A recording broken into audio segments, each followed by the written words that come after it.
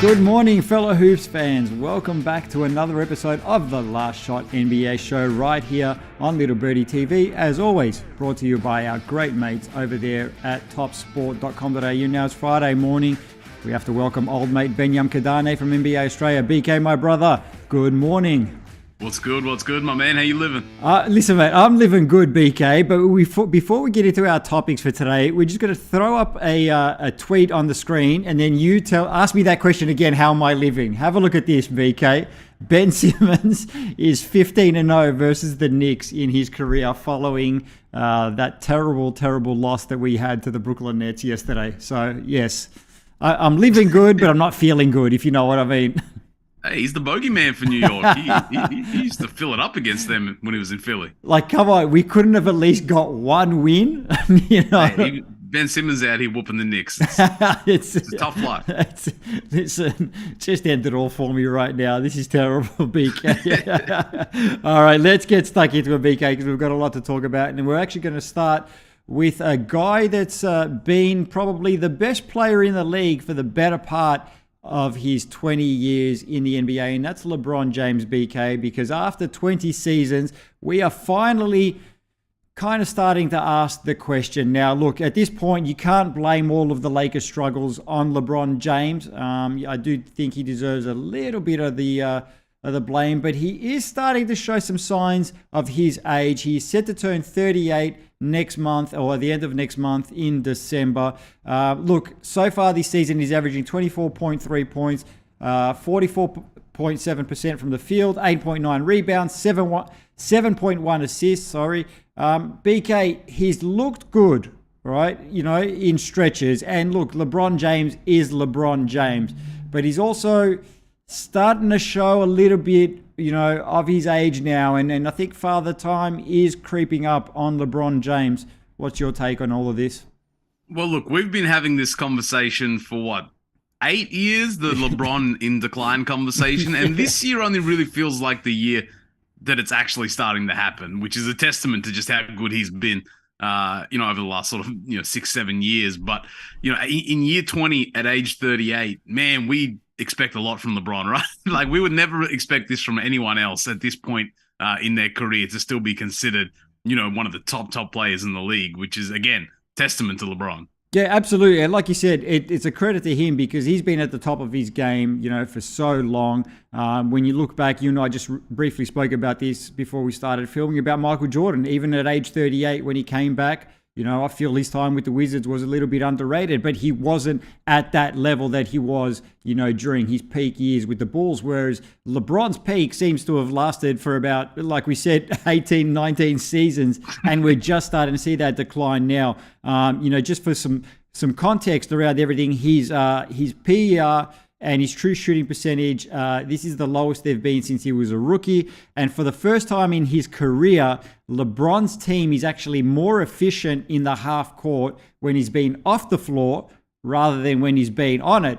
So my next question to you, BK, is he still a top 10 player in the league? When I initially came up with this, I was going to ask if he's a top 5 player.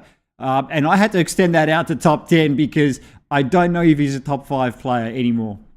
Yeah, look, he's not a top 5 player, and that's fine because, again, he's 38. He shouldn't be a top 5 player, but he's still very, very good. I probably have him in that sort of 6 to 10 range. Like, you have Giannis, Steph, Jokic, Durant, Doncic as your top 5 in whatever order you want to slice that. And then when you get to that next tier in the Embiid, Harden, Tatum, Morant, Kawhi, Paul George, I still take LeBron sort of in that at the top end of that mix. So if in year 20 he's the 7th best player in the league, that's still ridiculous. Yeah, look, I totally agree with you, BK, and I will sort of add this in as well. I think when he's fully healthy, we saw some news just before that he's going to be day-to-day. He's got a left adductor strain, so he's not going to play the next couple of games. But when he's fully healthy and fully engaged, I still think that he can be a top 5 player on any given night, if that makes sense. But over the course of a season, I don't think so, and I agree with you. I've got him in that sort of 6 to 10 range, and he could be 10 one day, but he might be 6 another day. Yeah, and look, that's when you want LeBron to be a top 5 player, is when it matters. When the postseason comes, just given the mileage that this guy has on his body. I think what is he, third all time in minutes behind Karl Malone and Kareem Abdul-Jabbar. He's still out there 30 a night. Like, the longevity that he's had to get to this point, and now we're kind of looking at the Lakers like, oh, what's LeBron supposed to do? He's not supposed to do anything. Everyone else is supposed to be helping him at this point, right? Like, AD was brought in to do that. Russell Westbrook was brought in to do that. So the burden still does kind of fall on LeBron James, and that's probably not the situation the Lakers envisaged. When he signed that extension, was for him to still be the 1A guy. Clearly, yeah, no, that's part of the problem. Like we said, the Lakers have got many problems. I think that's part of their problem there. He's also about 1,100 points away from surpassing Kareem Abdul-Jabbar as the league's all-time leading scorer. BK, I think at this stage of his career, I mean, as long as he's with the Lakers, I guess, I imagine too, that at this stage of his career, I think passing those milestones is more of a priority, I guess, than winning a championship, because I think he understands they're clearly not winning one with this roster. Yeah, look, get your stats, get your numbers, rewrite the record books, and leave the team building to the front office, because there's just not really much LeBron can do in this situation. I know everybody jokes about the power he wields in every organization, but if you really held that kind of power, is this the roster you think he's putting together, given what we've seen over the years at different teams? Listen, I know the GM. He's done fine work in the past. Yeah, he has done. Maybe Father Time is catching up to him in that regard as well, because look, I don't think he's completely signing off on, like, they're not going to him and saying, look, we need you to sign off on this before we do it. But I do know that he's got some input as to who they've been bringing over, and yeah, some of those decisions have been questionable, BK, to say the least. Questionable is fair, as is his status for the next few games, picking up that injury as well. We're not used to seeing LeBron injured. It's only really been these last couple of seasons.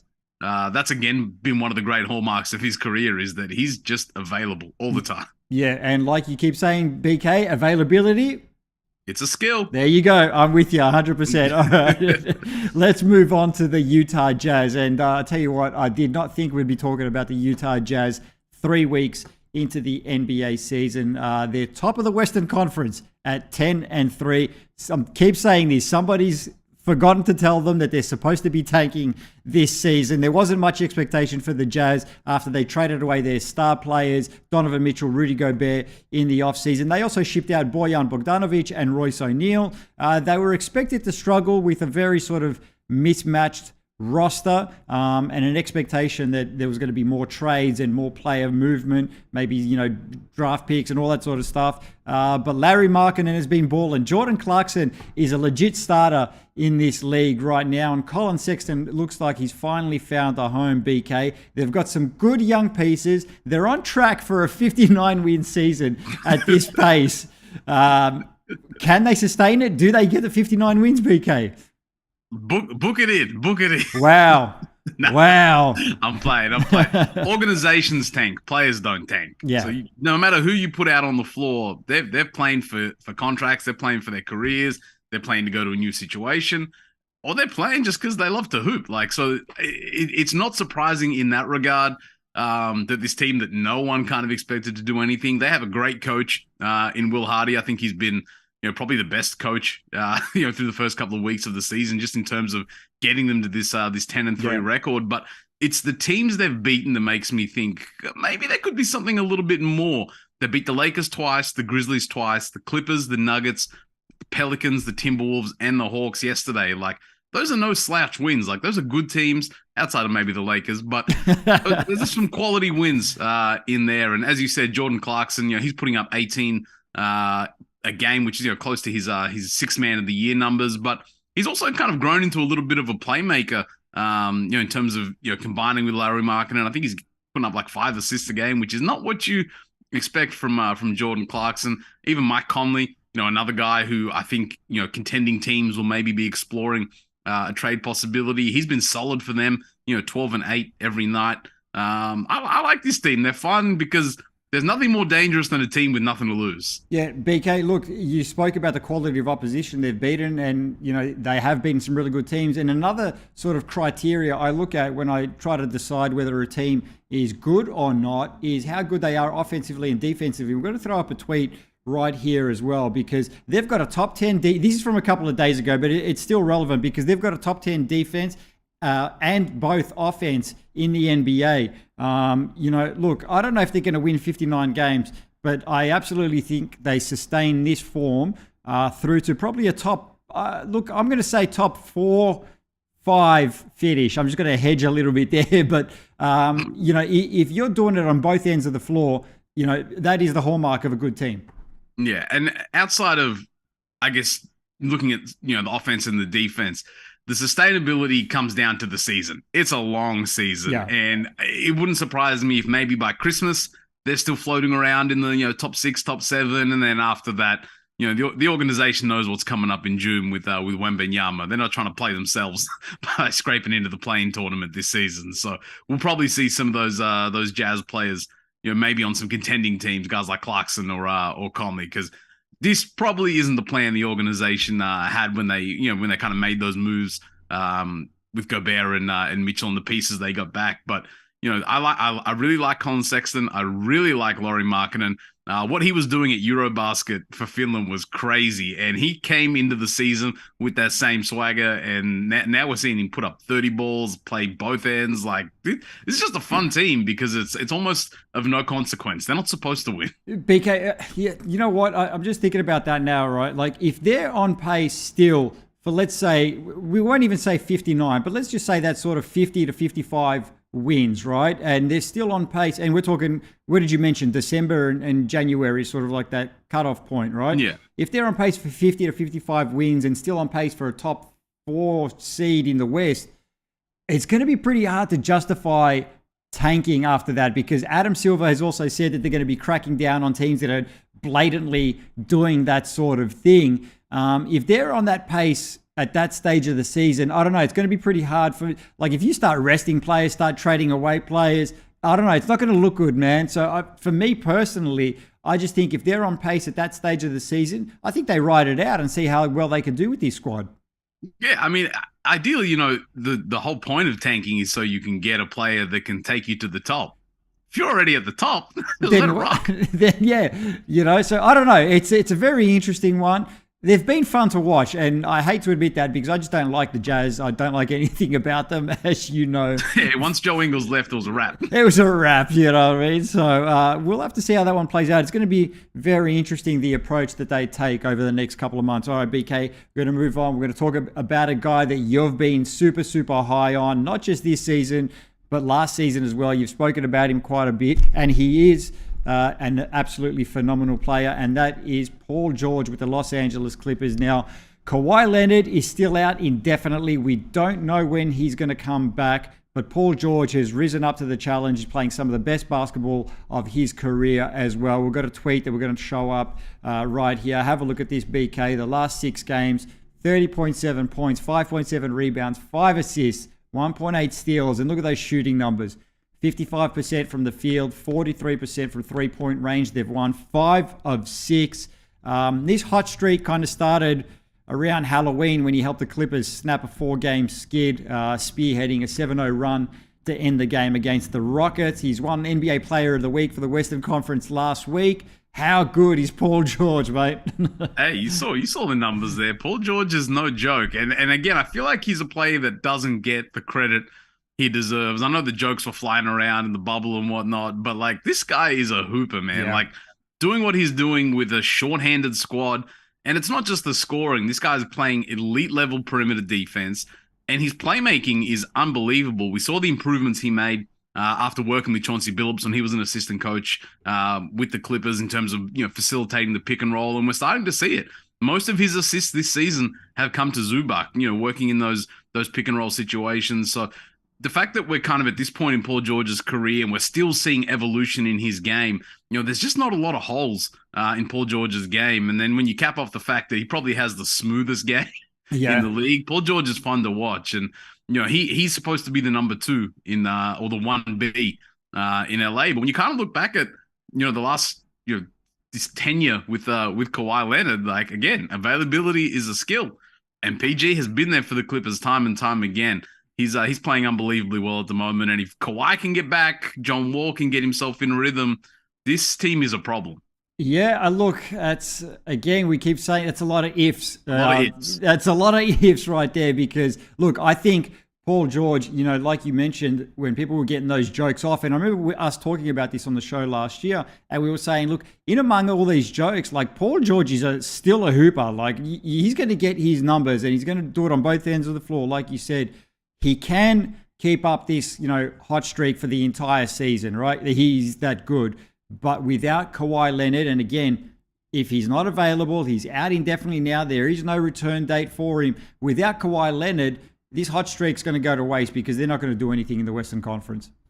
And again, it's the how long can you do it for? That's the thing, right? Like, we know what Paul George is capable of, but if he's, not really getting any help anywhere else, like, this is a tough situation for him if we're expecting, 36-6 on those kind of shooting splits every night for the whole season. Like, he needs Kawhi Leonard, he needs John Wall out there with him because you're getting the best defender every night. Like, the whole scheme is about you from the other team. Like, eventually that's going to start to grind on him, but he's a talented player, man. He's really a guy who I think, if we look back at his year in OKC when he was, I think, third in MVP voting, is he playing better now than he was then?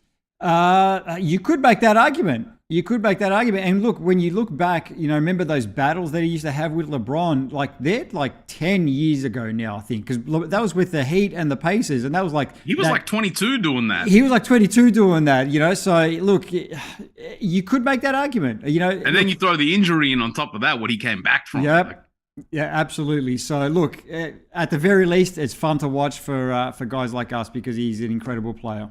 Absolutely. Salute to PG, man. I'm you've been a big fan. Yeah, that's absolutely on the record. All right, BK, we're going to let you go. We're going to catch you again on Monday morning. Appreciate it, mate. Always, my brother. All right, let's get stuck into some of today's games. There is 4 games on the NBA schedule. We're going to take a look at them because that Wizards and Mavs game is a little bit meh. So we're going to start off with the 76ers and the Atlanta Hawks. The Hawks coming, they're both $1.92, both $1.92 heading into this game. The line's at -1. Total is at 222 even. This one's going to be live on ESPN. Hawks have gotten out to a much better start this season than they did last season. They're currently at 7-4, and they're 4-2 at home. And this game is being played in Atlanta today. The 76ers are 5-6. But they do have a better record away from home than they do at home. Atlanta, one of the highest scoring teams in the league at 116 points. Philadelphia is one of the lowest scoring teams at 108 points. So you're looking at around 224 total between the two of them, average on this season. So the total there for today is 222. I'm inclined to go under on this one here. With Atlanta, they don't have Bogdan Bogdanovic. He didn't play in yesterday's loss. Unlikely to play in today. No James Harden for Philly. So I like the under in this game here. I do like Atlanta at home today. And I think they're going to win by about, I don't know. It's going to be under, double digits. I think they go for an 8-point win today. Okay, moving on to the next game. We have the Charlotte Hornets and the Miami Heat. Heat, $1.18 favorites. Charlotte Hornets, $4.80. They've got a lot of injuries, which we're going to get into in just a little bit. The line's at -10.5. The total's at 214.5. Live on NBA League Pass. Hornets are just not very good this season. They're currently on a 6-game losing streak. Bottom of the Eastern Conference at 3-9. Like I mentioned, they've got quite a few injuries. So no Gordon Hayward, no LaMelo Ball, or Cody Martin for this game. Miami also have been a little bit sluggish. We've spoken about them throughout this season so far. They don't seem to have that pep in their step that they have the last couple of seasons. They're 12th in the Eastern Conference. They're below 500 as well at 4-7. Also lost 2 games in a row. So one team will break their losing streak today. Charlotte, 2 of their 3 wins have been on the road. But I don't think that's going to count for much in Miami today. I think the home team, which is the Heat, will get this one done. Look, both of these teams are also very low scoring teams, which is why the total is what it is. I'm also taking the under on this one here. Miami's going to win it. Miami's going to win it by double digits. I'm going with a 12-point Miami win today. All right, let's take a look at the last game, and then we're going to get out of here. We've got the New Orleans Pelicans and the Portland Trail Blazers. Pelicans, $1.25. The Portland Trail Blazers coming in at $3.90. The line's at -9. Total is at 223. This one's live on League Pass. Surprisingly, the Blazers have been half decent this year. 8-3 on the season. Pelicans currently 6-5. Pelicans are also the highest scoring team in the league, averaging at 118 points. So Portland averages about 109. So I'm inclined to go on the over on this one here because I think they can put the numbers on the board. Pelicans are 2-1 at home, but the Portland Trail Blazers have been scorching away. They've been 5-1 on the road. So they're playing in New Orleans today. No Larry Nance Jr., no Garrett Temple for the New Orleans Pelicans. I'm inclined to lean towards the Portland Trail Blazers in this one here. And I think it's going to be close. I think Portland wins this one by 6. And I'm taking the over on this one here. So we'll check back in on Monday morning and we'll see how I did with my picks today. All right, guys, this has been another episode of The Last Shot NBA show right here on Little Birdie TV, brought to you by our great mates at topsport.com.au. We'll see you guys Monday morning.